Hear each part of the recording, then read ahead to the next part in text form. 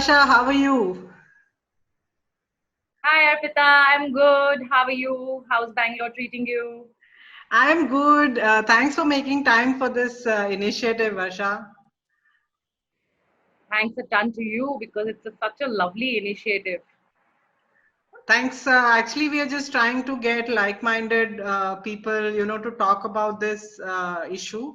And I wanted a perspective from someone who is heading a large media firm, because media obviously is quite affected by this. So tell me, how has it been for the media industry since the lockdown? Can you take me through some of the things that have happened? Sure. So I think barring the initial few days of the lockdown where all of us faced a lot of challenges and it was very, very chaotic, uh, I personally actually see this as a time of deep calm and reflection.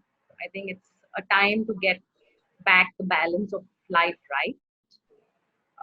Coming on the work front, there is so much happening, right from getting into both in terms of minimizing the disruption in the business currently, and also preparing yourself and the organization for the new normal in this VUCA world. Um, so I think this pandemic has changed a lot of work paradigms. Who would have thought Apple and Google would work together? The center and the state would finally work together as one. And coming to radio, the radio players are actually together doing joint messaging of content now to help the readers, the listeners. Uh, with respect to the print, yes, there has been initial disruption of the distribution, wherein overnight we had to move to a different format, which is an e-paper and PDF format. And I'm glad that within a few weeks, in addition to the physical paper, now people are actually getting used to reading the paper on their mobile phones and tablets.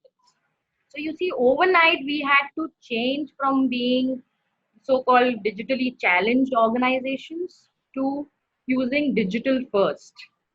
I spoke to one of the owners of an event management company, and he was also saying that it's fascinating how competitors are now collaborating.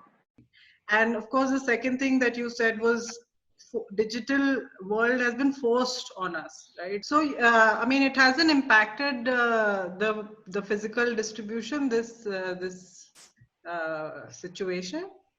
I would It imagine has. that it has, because we ourselves have stopped the paper, even though I don't see any issue with getting the paper. Is there an issue? What is your view on that? I don't think there is any issue. Right from the Prime Minister to WHO, the way the paper is produced in the plants and the kind of process it goes through in production, and because of the paper and the ink that you use, all the virologists across the world have said that that makes it more sterile. And currently, because it is an essential commodity for everybody, it is important to get the right messaging out, to bring out the most credible and verified information and keep people well informed amongst what is happening outside in the world, as well as make them feel calm and engaged and entertained. So that's our role as a media organization for our consumers. Yeah, I mean, as the head of somebody who's heading marketing for Radio City and Midday, it's a dual challenge for you, isn't it? And so, what have been your key learnings in this period? One was definitely safety of employees, their families, the community, the stakeholders involved. Second would be business continuity. The third would be you'll have to innovate because you cannot survive without innovating at these times. You have to create new products, new services, and show that you're providing genuine value to your clients, to your customers. So I think these are the three things. Give me some examples of how you guys are doing that. Sure. So for example, for safety of employees, uh, like I said, it's very important to build trust and empathy amongst the employees and their families right now. Yeah. So we've launched several initiatives around it. One is right from the CEO penning down a personal letter to all the employees every week, Oh, to the HR sending out health tips and yoga sessions for employees so that they stay fit and healthy, to online doctor consultations, oh wow.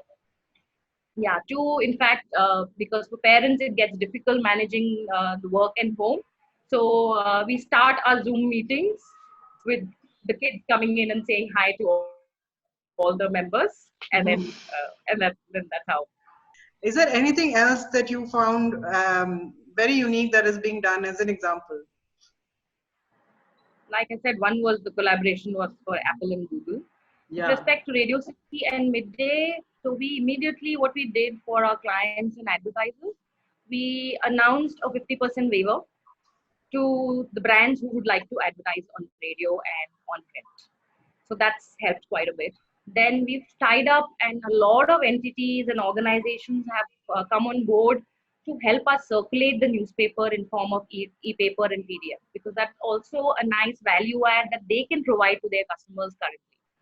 So, in fact, I was, chatting with the owner of one of the agencies, ad agencies, and I was asking him that, the first thing that gets cut is advertising spends, and obviously that will have an implication on the way media houses also earn, right? So, what trends are you seeing? Are you seeing people postponing the inventory, or you're seeing them uh, mostly cancel it? What is the sentiment like?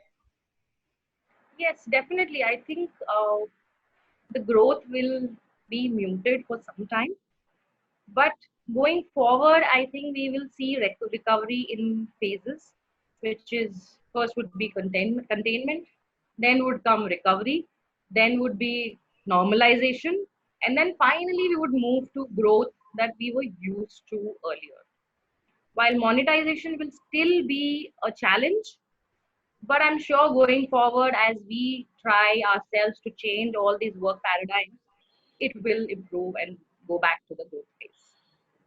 Yeah, in fact, I feel, that there'll be new requirements, there'll be newer ideas, newer services that will come up as a result of this, right?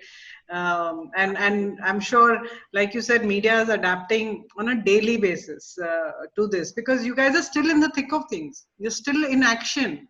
So we are on the field every day. Like RJs, overnight they had to move to going live from home. The reporters of Midday are actually bringing out the news from on ground. A lot of our RJs are influencers online. So, Hmm. so there was an RJ who actually helped Indians who were stuck in Greece.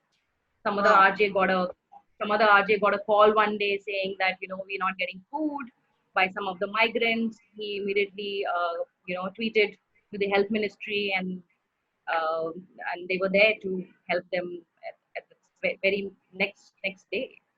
Yeah, I think that is the power, that media enjoys, and if put to the right cause, that I think you guys are making a huge difference on a daily basis for sure. So, just to wrap this up, any message that you have for everybody listening, and maybe what are the 2, 3 things that you guys will do going forward? What's the future looking like? Like I said, coming back to first is business continuity.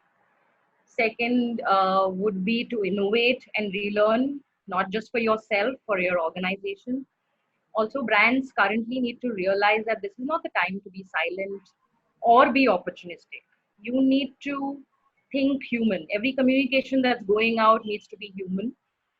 In fact, you need to over communicate and stay relevant to people so that you change with the times and help the society by giving out some meaningful message to your consumer currently. I am a little optimistic and sure we'll all come out of this strong, wiser, and more considerate. Yeah, I think so too. I mean, everybody who I've spoken to also is very optimistic, and I think everyone is seeing this as a community challenge. It's our challenge. Nobody is left out of this challenge. Everybody is in Absolutely. it. Everybody is in it together, and we have to Yeah, fight yeah. it together. So thanks so much for talking to me. This is great. And please stay safe. You too. Thanks, Arpita. This is a lovely initiative and all the very best to you. Thank you so much. Bye. Bye. Take care.